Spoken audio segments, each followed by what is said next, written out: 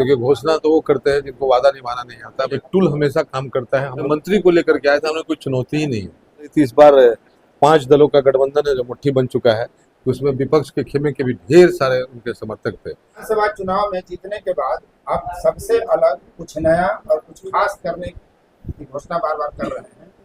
इस तरह की घोषणा आमतौर पर कोई नेता करने का साहस नहीं करता। क्या है पूरा मामला और क्या जनता से? पहले तो मैं बता दूं कि मैं इस विधानसभा क्षेत्र का भाई हूं, बेटा हूं, सामाजिक कार्यकर्ता हूं। मैं खुद को कभी नेता नहीं मानता और मैं नेता मानना भी नहीं चाहता। मैं यहाँ के लोगों के साथ नेतागिरी नहीं करना चाहता, मैं उनके साथ राजनीति नहीं करना चाहता। मैं विशुद्ध रूप से समाज सेवा करना चाहता हूँ, यहाँ के लोगों की सेवा करना चाहता हूँ और मैं चाहता हूँ कि एक ऐसा ओबरा बने जिसमें जातीय घृणा की जगह पे सद्भाव की बात हो, विकास की बात हो, रोजगार की बात हो, शिक्षा की बात हो, जन आकांक्षाओं की बात हो। और मैं ऐसा ही ओबरा बनाने के लिए प्रस्तुत हूँ जिसमें लोग घृणा की बात न करें, लोगों को किसी पार्टी किसी जाति के आने में देखने के बजाय लोग मानवता के मूल्य को समझें, और इसी उद्देश्य से मैं इस चुनाव में उतरा। आप कह रहे हैं कि हम विधायक बनने के बाद विधानसभा की तरफ से जो मिलेगा भवन, वो मैंने बहुत पहले घोषणा कर दिया हूँ और ये मैं प्रतिबद्ध हूँ।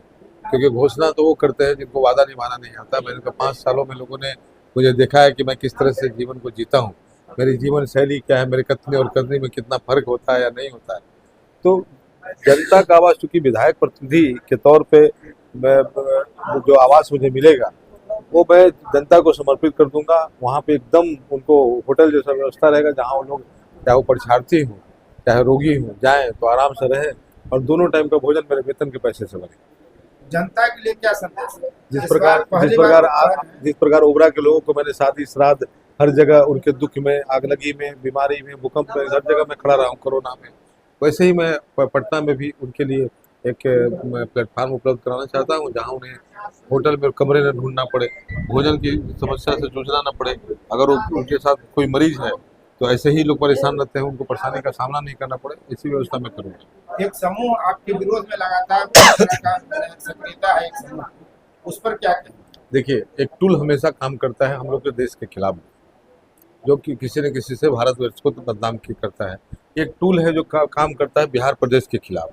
आज बिहार बढ़ रहा है, बिहार विकसित हो रहा है ही नहीं, बल्कि आपको मैं बता दूं कि उड़ीसा का पथ निर्माण मंत्री और वहाँ के पथ निर्माण विभाग के प्रधान सचिव संजय कुमार जी, जो पहले पटना और गया के डीएम भी रह चुके हैं, अपने मंत्री को लेकर के आए थे कि बिहार मॉडल में आकर के आप देखिए कि यहाँ ब्रिज फ्लाईओवर कैसे बने।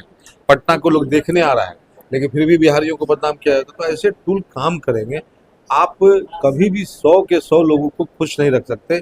जो लोग आपसे ईर्ष्या रखेंगे, जो आपकी तरह नहीं हो सकते, जो आपकी तरह सकारात्मक होने की सोच भी नहीं सकते और जिनके अंदर नकारात्मकता भर भर के पड़ा हुआ है, ऐसे लोग आलोचना करेंगे और ऐसे आलोचनाओं से ना हमको ना आप किसी को घबराने की जरूरत है। ओबरा विधानसभा चुनाव में जब आप लड़ रहे हैं दूसरी बार, आपके सामने सबसे बड़ी चुनौती क्या है? किसको चुनौती मानते हैं? मेरे सामने कोई चुनौती ही नहीं है। जब लोगों के चेहरे पे मैं मुस्कुराहट देख रहा हूँ, लोगों का जिस प्रकार सहयोग मिल रहा है, बगैर आमंत्रण के लोग हमको देख करके जब चिल्लाते हैं प्रकाश चंद्रा जा रहा है, जब 5 साल का बच्चा भी चिल्लाता है प्रकाश चंद्रा जा रहा है, तो मुझे लगता है कि मेरी सारी चुनौती तो यहाँ के लोगों ने ले लिया है।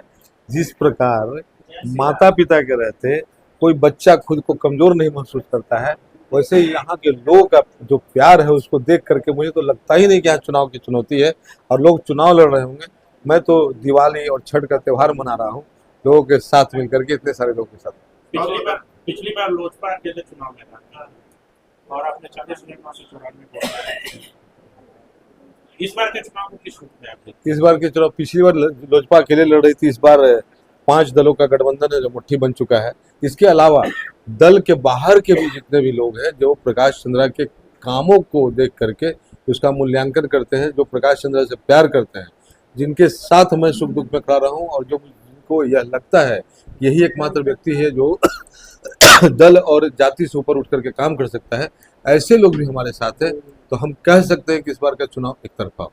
जिस तरह से अभी आपके स्वागत में एनडीए कार्यकर्ताओं का, समर्थकों का भीड़ का उत्साह दिखा, आप अगर भीड़ को ध्यान से देखते तो आपको लगता कि उसमें विपक्ष के खेमे के भी ढेर सारे उनके समर्थक थे और मेरा उन जगहों पे स्वागत हुआ जहाँ पे किसी दल विशेष के नेताओं का स्वागत नहीं होता है। तो यह सिद्ध करता है कि हमारे साथ जमात है, हम किसी जाति और किसी दल नहीं, उनकी सीमाओं से परे जा चुके हैं। और इस बार मैंने बार बार कहा है कि इस बार यहाँ एनडीए तो चुनाव लड़ ही रहा है, एनडीए गठबंधन की ताकत मेरे साथ है, एनडीए गठबंधन का संगठन मेरे साथ है, लेकिन उसके साथ यहाँ की जनता भी चुनाव लड़ रही है।